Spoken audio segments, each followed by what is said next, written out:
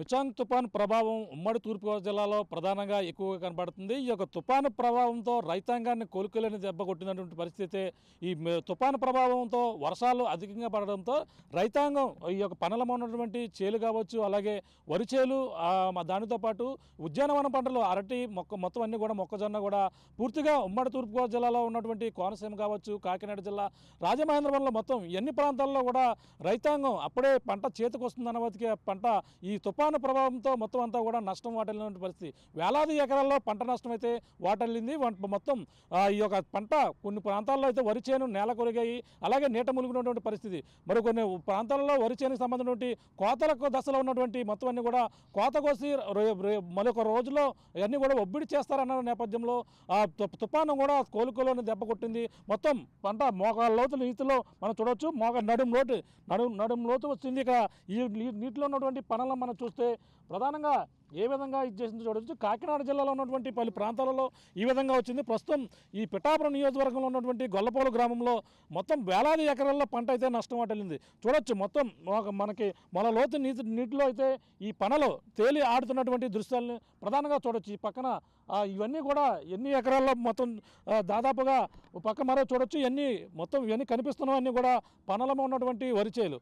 పనలు పూర్తిగా తడిసి ముద్దవి నీటిలో లోతు నీటిలో తేలుతున్నటువంటి అన్ని దృశ్యాలు. మరో పక్కన ఈ యొక్క ప్రాంతంలో వరి కుప్పలు ప్రధానంగా ఈ కోతలు కోసిన తర్వాత పనలమ ఉన్నటువంటి ఈ యొక్క వరిచేలు కుప్పలుగా వేశారు. కుప్పలు కూడా పూర్తిగా మొత్తం తడిసిపోయినటువంటి సగానికి పైగా నీట మునిగాయి. మరో పక్కన కోత కోసి సగంలో ఉన్నటువంటి దృశ్యాలను కూడా మొత్తం చూస్తున్నాం. ఇక్కడ ఉన్నటువంటి తడిసిన ధాన్యంతో పాటు మొత్తం కూడా మొలకలు కూడా వస్తున్నాయి. ప్రస్తుతం రైతులు ఉన్నారు, ఇక్కడ ఉన్నటువంటి రైతుని మరిన్ని విషయాలు అడిగి తెలుసుకుందాం.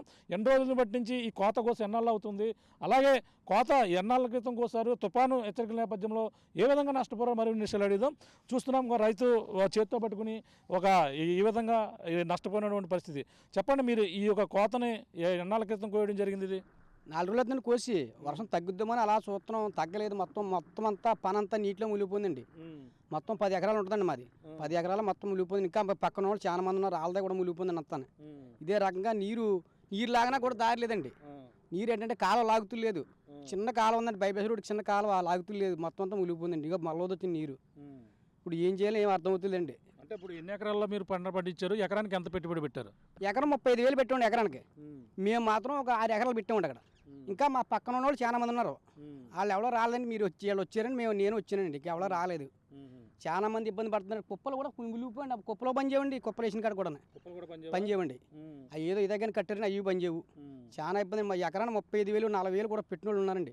అందరికీ నాశనం దెబ్బ అయిపోయారు అందరూ. అంటే తుఫాను వస్తుందని చెప్పి సమాచారం ముందస్తుకు చెప్పలేదు ఎవరైనా? అంటే మీరు తుఫాను ముందే కోసిన అంటున్నారు. తుఫాను వచ్చినాడే కోసామండి. అయాలే కోసాం అంటే అయిపోద్దాం అనుకున్నాం. మా చిన్న బస్సం అనుకున్నాం. ఇంత దారుణంగా ఉంటుంది అనుకో. చిన్న సరుకులు ఆరిపోయింది కదా, దానికి లెక్కేసుకున్నాం అండి.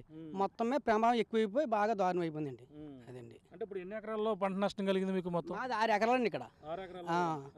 అంటే పక్కన ఇంకా ఒక 10 ఎకరాలు 15 ఎకరాలు ఉంటాయండి. కుప్పలు కూడా ఇంచుమించు ఒక 50 ఎకరాలు ఉంటుంది మొత్తం అంతానే. ఒక 50 ఎకరాలు మొత్తం ఈ పత్తుడపాలెం పేరు చెప్పి ఒక 50 ఎకరాలు ఉంటాయి పక్కన. ఆ పక్కన ఇంకా ఉన్నాయండి. మొత్తం అంతా లాస్ చేయండి. మొత్తం అంతా దెబ్బ అయిపోతారండి. అందరూ కూడా పక్క వాళ్ళు చేసుకునే వాళ్ళు 2 ఎకరాలు 3 ఎకరాలు చేసుకునే వాళ్ళు ఎవరో సొంత మనుషులు ఏం కాదని అందరూ చేసుకునే వాళ్ళు ఉన్నారండి. ఎక్కువ కౌలు రైతులు ఉన్నారు.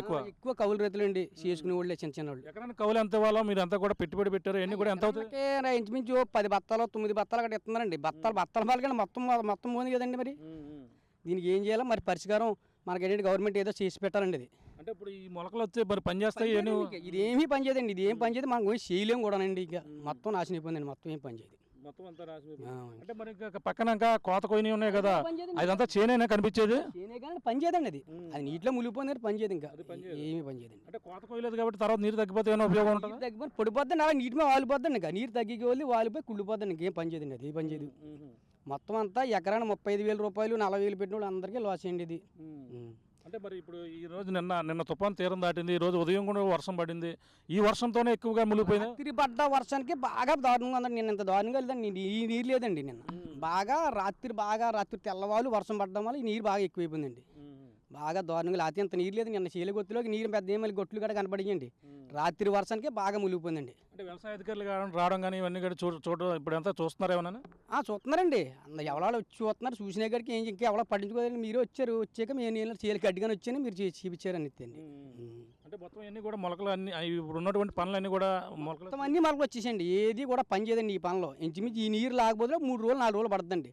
ఏంటంటే బైపాస్ రోడ్డు పోసారు కదండి, బైపాస్ రోడ్డు పోసాక చిన్నది ఏంటంటే తూములాగా ఇచ్చారండి, నీరు లాగుతుంది, తక్కువ లాగుతుంది. ఈ నీరు అంతా కన్నాను లాగాల, లాగదండి 2-3 రోజులు పడుతుంది నీరు రాబోలకి. ఈ పని చేయదండి పనక. ఇది కూడా పని చేయదు, పని చేసిన ఒప్పుడు చేసుకున్న పని మనుషులు కూడా రారండి.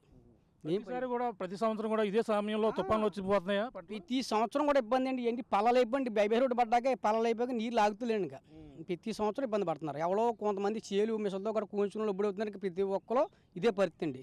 గొల్లపురం మొత్తం మీద ఏమైనా మొత్తం ఇబ్బంది అండి, ముప్పుడండి, మొత్తం అందరికీ ఇబ్బంది పడుతున్నారు. గొల్లపురం వ్యాప్తంగా ఎన్ని ఎకరాల్లో పంట నష్టం ఉండొచ్చు?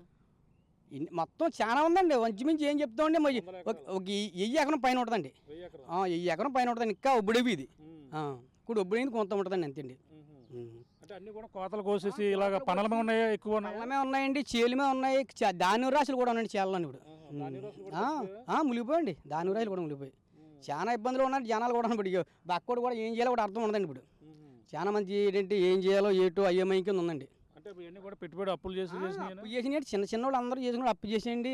ఎవరో డబ్బులు ఉన్న వాళ్ళు ఎవరో చేయరండి, అందరూ చిన్న వాళ్ళే. అంటే ప్రధానంగా పంట నష్టం తడిసిన ధాన్యం కూడా కొనమంటున్నారు. ఇప్పుడు ఈ ధాన్యాన్ని ఏమైనా కొనే అవకాశం ఉందంటారు? ఇప్పుడు ఇది ఏం చేస్తాను? ఇది మీరు ఏంటంటే గవర్నమెంటే నిర్ణయించాలండి. ఏమైనా పని మీరు ఏమైనా ఒప్పుడు చేస్తానో, మీరు ఏమైనా చేస్తారంటే నీరు లాగే ఒప్పుడు చేయమంటే కొంటానంటే ఒప్పుడు చేస్తామండి. కొనకపోతే సుఖం ఉందండి, వదిలేస్తామండి. మరి వదిలేకపోతే ఏమీ చేయలేండి. ఇది మనకు ఇంచుమించు 3 రోజులు 4 రోజులు పడుతుంది. ఈ నీరు లాగా తోలుతుంది కదండి, ఆ చిన్న కన్నాను లాగాల 3 రోజులు 4 రోజులు ఇంకా మొత్తం మొలిచేస్తండి. ఏం ఉండదండి ఇంకా ఇందులో, ఏం ఉండదండి, మొత్తం వచ్చేద్దండి. నీరు తగ్గడానికి ఏమన్నా మరి ఆల్టర్నేటివ్ ఏమైనా చేస్తున్నారా? ఏమన్నా మోటార్లతో తోడడం కానీ? సరిపో అలా తోడలేమండి. ఖర్చు అవుతుంది. ఖర్చే కాదండి, తక్కువ నీరు అండి. ఇది అంతా ఏరియా అంతా పైనుంచి ఊళ్ళ నుంచి కూడా నీరు ఇలాగ వచ్చేస్తండి. పత్తిపాడి బాగా ఎంత నీరు కూడా ఇలాగే రావాలండి. ఇలాగ వచ్చిన మంచి ఇంత నీరు వచ్చింది, లేకపోతే ఇంత నీరు రాదండి. మొత్తం పైనుంచి వచ్చి నీరు అంతా ఇక్కడికి వస్తుంది. అదండి. ఇప్పుడు వేసినటువంటి తర్వాత దాల్వ ఇప్పుడు ఉన్నటువంటి పంట ఏంటిది? సార్వ పంట. ఇది సార్వ అండి. దాల్వ మళ్ళీ ఓడసాలండి, ఇది ఒప్పుడు చేసి. అప్పుడు ప్రతిసారి కూడా సార్వ సమయంలోనే తుఫాన్లు వచ్చి ఈ విధంగా నష్టాన్ని వాటిల్లు. ఈ సంవత్సరం ఇబ్బంది పడుతున్నాడు, ప్రతి సంవత్సరం. ఈ సంవత్సరం ప్రతి సంవత్సరం ఇబ్బంది అండి. ఒప్పుడు చేసుకున్న లక్కీ ఒప్పుడు అయిపోతున్నారు, లేకపోతే ప్రతి సంవత్సరం ఇలా ఇప్పుడు ప్రతి సంవత్సరం ఇప్పుడు గురి అవుతున్నారండి. మొత్తం ఇవన్నీ కూడా ధాన్యం మొత్తం అన్నీ ఉన్నాయి, మొలకలు ఉన్నాయండి. మొత్తం ఉన్నాయండి. మొత్తం ఏం పని చేయదండి పని. మీరు ఏది మనం పట్టుకున్నాం కానీ ఏమి పని చేయదు. నీటిలో ఒక లోతు నీటిలో ఇంకేం పని చేస్తండి, ఏమీ పని చేయదు. చూస్తున్నాం ప్రధానంగా మొత్తం ఈ డిసెంబర్ నెలలోనే ఎక్కువగా నవంబర్ డిసెంబర్ నెలలో తుఫాన్లు అయితే ఏర్పడతాయి. తుఫాన్ల సమయంలోనే ఈ సార్వ పంట ఏదైతుందో పూర్తిగా చేతికి అందే సమయంలో ఈ తుఫాను వచ్చి రైతులను అయితే కోలుకోలేని దెబ్బతీస్తుంది. ఎకరానికి 35,000 పైగా అయితే పెట్టుబడి పెట్టారు. పెట్టినటువంటి పంట మరి కొన్ని రోజుల్లో చేతికొచ్చి ధాన్యం మొత్తం అన్నీ కూడా పనలమన్నటువంటి కట్టి దాన్ని అంతా కూడా నూరుస్తారు. నూర్చిన ఒబ్బిడి చేసిన తర్వాత మరి కొన్ని రోజుల్లో మొత్తం ఈ ఎండ కూడా అమ్మిన తర్వాత అప్పులన్నీ చేర్చారనే నేపథ్యంలో ఇవన్నీ ఒక్కసారిగా తుఫాను వచ్చి ఈ విధంగా పంటలు కోత దశలో ఉన్నటువంటి అన్నీ కూడా నీట ములిగినటువంటి పరిస్థితి. మన లోతు నీటిలో తేలి ఆడుతున్నాయి మొత్తం అన్నీ. అలాగే ధాన్యం మొత్తం కళ్ళాల్లో ఉన్నటువంటి ధాన్యం కూడా తడిసి ముద్దయినటువంటి పరిస్థితి. ఇప్పటికే ప్రభుత్వాలు అయితే తడిసిన ధాన్యాన్ని కొనాలంటూ ఒక ఆదేశాలు అయితే జారీ చేశారు. కానీ ఇప్పుడు పన దశలో మునిగిపోయినటువంటి ధాన్యాన్ని ఎటువంటి ఆదేశాలు ఇస్తారు? అలాగే వాళ్ళని రైతులందరం కూడా వేలాది ఎకరాలు ఈ విధంగా పనలమైనటువంటి పంటలు అయితే తడిసిపోయినటువంటి పరిస్థితి. ఇవన్నీ కూడా ఏ విధంగా ఆదుకుంటారు?